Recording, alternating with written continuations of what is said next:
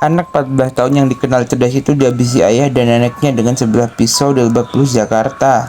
Nah, Mas merupakan seorang anak laki-laki yang memiliki kecerdasan akademik dan non-akademik di atas rata-rata.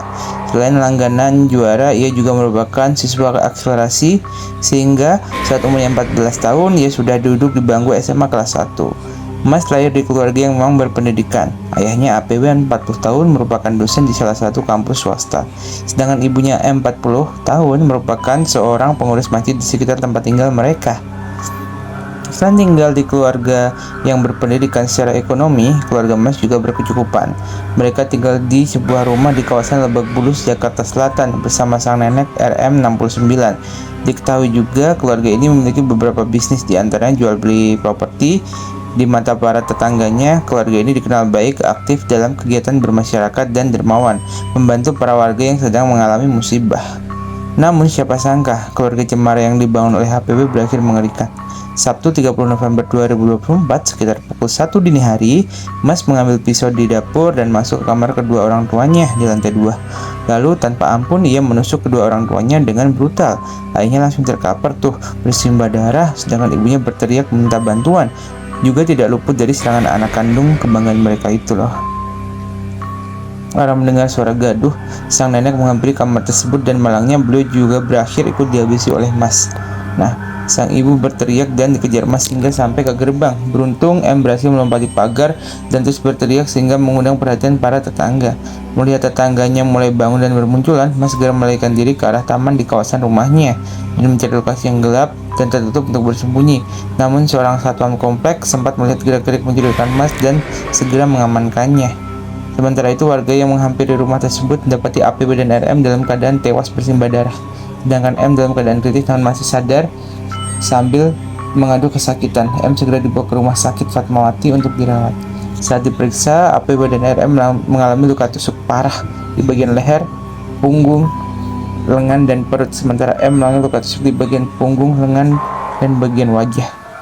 Ampun, setelah diinterogasi, Mas mengaku malam itu ia tidak bisa tidur dan ada suara dalam kepalanya yang menyuruhnya untuk menghabisi kedua orang tuanya.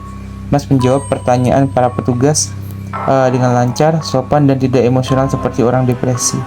Hasil urinnya pun dinyatakan negatif narkotika. Terdapat banyak spekulasi mengenai apa motif dari Mas. Sebagian masyarakat Mas mengalami gangguan mental, pengaruh lingkungan, dan tontonan, sampai ada yang menyangkut pautkan dengan beban Mas sebagai anak yang dituntut berprestasi dengan segudang kegiatan. Nah, itu juga tulisannya tuh. Maafin aku udah nyusahin dan makasih semuanya.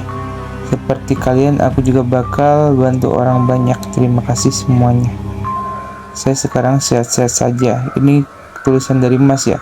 Mas menulis surat permintaan maaf untuk keluarganya. Menurut salah satu teman sekolahnya, Mas sering ketiduran di kelas karena kelelahan belajar dan mengambil les.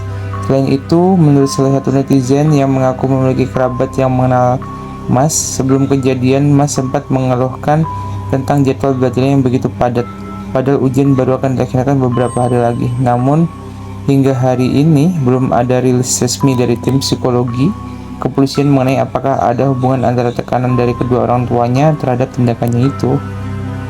Nah, pelaku adalah teman sewaktu SD dengan anak saya. Nah, dan sangat iba dengan kondisi pelaku yang mengalami depresi akibat ambisi orang tuanya semenjak kecil.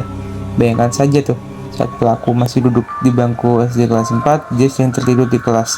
Saat ditanya oleh wali kelasnya, saat itu pelaku menjawab karena dia baru tidur jam 1 pagi sebelum harus belajar dan mengerjakan tugas dari tempat lesnya. Waktu itu kan pemula.